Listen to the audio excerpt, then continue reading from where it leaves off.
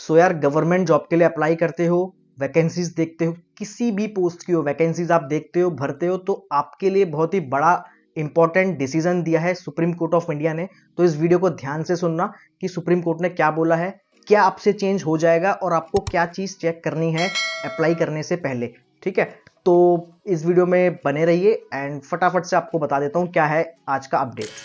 तो यार, मैटर ये है कि झारखंड के हाई कोर्ट में वैकेंसीज निकलती है क्लास 4 एम्प्लॉयज के लिए कि भाई वैकेंसीज निकली है, और उन्होंने अपना एक पूरा वेबसाइट में निकाला था। कब? 2010 में। ठीक है, 2010 में वो ये सब निकालते हैं। अब उसमें क्या होता है कि 2010 में वैकेंसीज निकाली है, 2017 में जाके 2017, ठीक है, 7 साल का गैप है, वहां जाके इसके लिए एग्जाम कंडक्ट कराया जाता है। अब 2017 में एग्जाम कराया, 2018 में फिर उसका फाइनल सिलेक्शन की लिस्ट निकाल दी। ठीक है, कोई दिक्कत नहीं है। अब इशू ये होता है कि जो उन्होंने जो एडवर्टीजमेंट दिया था, ठीक है, जो नोटिफिकेशन थी वैकेंसीज की, उसमें उसको चैलेंज किया गया। ठीक है, पहले हाई कोर्ट में किया गया, फिर अपील में गए, फिर सुप्रीम कोर्ट में आए। तो अभी का मैटर क्या है, क्योंकि पीछे आपको जाने की ज्यादा जरूरत नहीं है, वो ज्यादा इंपॉर्टेंट नहीं है। तो अब का सुप्रीम कोर्ट के पास क्या इशू आया? सिर्फ इतना सा इशू आया कि सुप्रीम कोर्ट ने देखा कि उस वैलिडिटी क्या है उसकी। ठीक है, आपने 2010 में निकाला था, 17 में आपने इस प्रोसेस को आगे बढ़ाया, 18 में कंप्लीट हो गया, कोई दिक्कत नहीं है। लेकिन इसमें क्या था ना कि नोटिफिकेशन में सुप्रीम कोर्ट ने पाया कि आपने वैकेंसीज तो निकाल दी, लेकिन उसमें आपने कहीं मेंशन ही नहीं किया है कितनी पोस्ट है। आपने ये मेंशन नहीं किया है कितनी जनरल के लिए है, कितनी रिजर्व कैटेगरीज के लिए है। तो ये चीजें मेंशन नहीं करी थी, इसलिए सुप्रीम कोर्ट ने पूरी नोटिफिकेशन ही नल एंड वॉइड कर दी। मतलब जिनका सिलेक्शन हुआ था वो भी वहां से गए। अब बिल्कुल जीरो से फिर से शुरू होगा, नई नोटिफिकेशन आएगी झारखंड हाई कोर्ट की, और उसके बाद पूरा फिर प्रोसेस शुरू होगा। तो ये सुप्रीम कोर्ट ने ऐसा क्यों किया, अब जरा वो समझते हैं।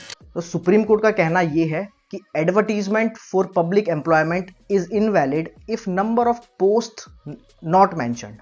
ठीक है, आपने पोस्ट कितनी निकाली है वही मेंशन नहीं किया है। तो जो बच्चा है जो तैयारी कर रहा है वो किस बेसिस पे करेगा कि एक पोस्ट है या 1000 पोस्ट है? ठीक है ना, ये वेरी करता है। जो भर्तियां निकालते हैं उनको शायद इसकी वैल्यू नहीं पता है, लेकिन जो एग्जाम्स देते हैं उनको पता है कि एक वैकेंसी है, तो फिर उनको कितना एफर्ट देना है, फॉर्म भरना है नहीं भरना है, कितनी उनकी तैयारी है, उसके अकॉर्डिंग चलना है। अगर 1000 वैकेंसी है तो उसके अकॉर्डिंग चलना है। ठीक है, पर उन्होंने ऐसा कुछ दिया ही नहीं, कैटेगरीज में डिवाइड नहीं किया कि भाई कितनी जनरल के लिए है, कितनी रिजर्व के लिए है। तो क्या ये सीन है, कुछ क्लियर नहीं किया, इसलिए सुप्रीम कोर्ट ने यहाँ पे गाइडलाइन दी। ठीक है, दोबारा से दोहराया, गाइडलाइन सुप्रीम कोर्ट पहले दे चुका था, सब बताऊंगा कौन से केस में दी थी। तो आप कॉपी पेन लेके बैठना, नोट कर लेना, ये काफी आगे आपको काम आएगा। ठीक है, तो यार सुप्रीम कोर्ट ने 4 पॉइंट्स दिए कि कोई भी आप वैकेंसी निकालो, कोई भी एडवर्टीजमेंट निकालो, ठीक है, एम्प्लॉयमेंट के लिए, उसमें ये 4 चीजें मस्ट होनी चाहिए। पहली है total number of vacancies, second is the ratio of reserved and unreserved seats, third है minimum qualification required, and fourth है the detailed selection process including written exams and interviews. ये सब कब होने वाला है, आपको ये चारों चीजें मस्ट है कि आपको मेंशन करनी पड़ेगी। ठीक है, अब चलते हैं कि ये सुप्रीम कोर्ट ने ये फर्स्ट टाइम नहीं कहा है, ये 2014 में सुप्रीम कोर्ट एक बार और कह चुका है। तो वो कौन सा केस है वो जानते हैं। तो 2014 में जो डिसीजन था वो Renu versus district and session जज 30 हजारी न्यू दिल्ली के केस में दिया गया था कि एम्प्लॉयमेंट का आप जब भी कोई वैकेंसी निकालो ना, तो यार ये चीजें चेक कर लेना। तो उस बार सुप्रीम कोर्ट ने बोला था, लेकिन अभी फिर से दोहराना पड़ा है सुप्रीम कोर्ट को। तो ये एक बड़ी बात है, आपको भी पता शायद नहीं रहा होगा कि 2014 में ऐसा डिसीजन दे चुका है सुप्रीम कोर्ट। तो ये नोट कर लेना, ये चारों पॉइंट्स। और ये जो डिसीजन अभी दिया है ये 2 जज की बेंच ने दिया है। ठीक है, सुप्रीम कोर्ट में 2 जजेस बैठे थे, तो उन्होंने ये डिसीजन दिया है। तो दोनों जजेस का नाम है justice Pankaj Mittal and justice Sandeep Mehta, और इस केस का नाम है Amrit Yadav versus state of Jharkhand and others. तो इस केस का नाम याद रखना, मैं इसका पूरा आपको ना लिंक अटैच कर दूंगा डिस्क्रिप्शन में, वहां से आप ये पूरी जजमेंट की कॉपी निकाल सकते हैं, देख सकते हैं, अपने पास रख सकते हैं।